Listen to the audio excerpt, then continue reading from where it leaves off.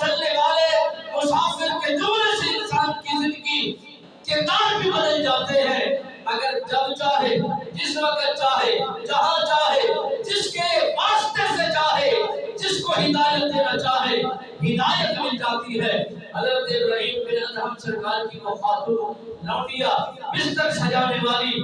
پھولوں کی پتیاں بچھانے والی، اس پھولوں کی پتیاں بچھا کر آرام کرنے کے لیے اپنے سر کو رکھتی ہیں، لطف لینے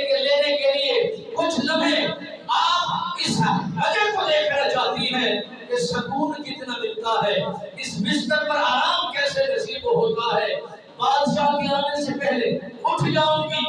بیدار ہو جاؤں گی، پھر ان پتیوں کو سیدھا کر دوں گی، آئے گا میرا بادشاہ، سو جائے گا، سلا دیا جائے گا۔ اس خاتون نے اپنے سر کو ان پتیوں پر جیسے ہی رکھا، آنکھ لگ گئی، گہری نیند آ گئی۔ بادشاہ وقت کا وقت قریب آیا، جب آ کر بادشاہ وقت حضرت ابراہیم بن ادہم سرکار نے دیکھا بستر میرا ہے، لونڈی بھی میری ہے، اور جگہ بھی میری ہے، بچھانے والی بھی یہی ہے، اور میرے بستر پر آرام کر رہی ہے۔ اس بادشاہ وقت سے یہ بات ناگوارا گزری، اس نے اپنی حدق سمجھی اور اپنی شان کے مطابق یہ عمل پسند نہ کیا۔ اس خاتون کو زوردار تھپڑ رسید کر دیا اور کہا تجھے شرم نہیں آئی، تجھے حیا نہیں آئی کہ بادشاہ کے بستر پر تو آرام کر رہی ہے۔ وہ خاتون مسکرا بھی رہی ہے، آنکھوں سے نیند بھی بہا رہی ہے اور کہہ رہی ہے ایک لمحے کے لیے میں اس بستر پر سوئی ہوں، مجھے تھپڑ نصیب کیا گیا ہے جو صدیوں سے، سالوں سال سے، کئی مہینوں سے، کئی ہزار دنوں سے سوتا چلا آ رہا ہے۔ یا اس کے ساتھ بروز قیامت، روز محشر جب عدل کا میدان ہوگا، اس وقت اس انسان کے ساتھ کیا معاملہ بیتے گا۔ جب یہی بات اس خاتون نے اپنی زبان حال سے بولا،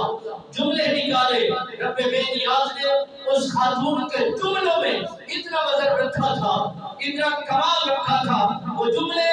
بادشاہ کے دل پر گھر کر گئے اور بادشاہ کی زندگی بدلنا شروع ہو گئی، اور اس بات پر وہ مجبور ہو گیا کہ ہاں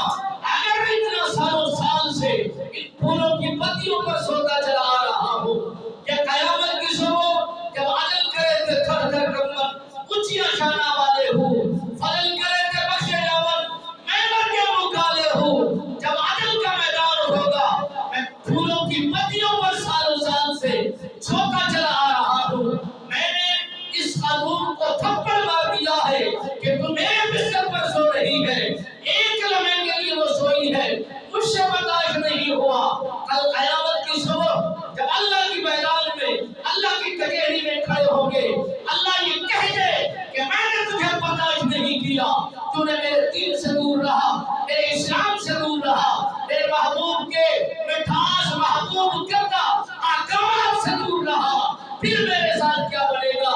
وہی بادشاہ جو زندگی عیش و عشرت کی گزارتا تھا، دن میں کئی کئی سوٹ تبدیل کیا کرتا تھا،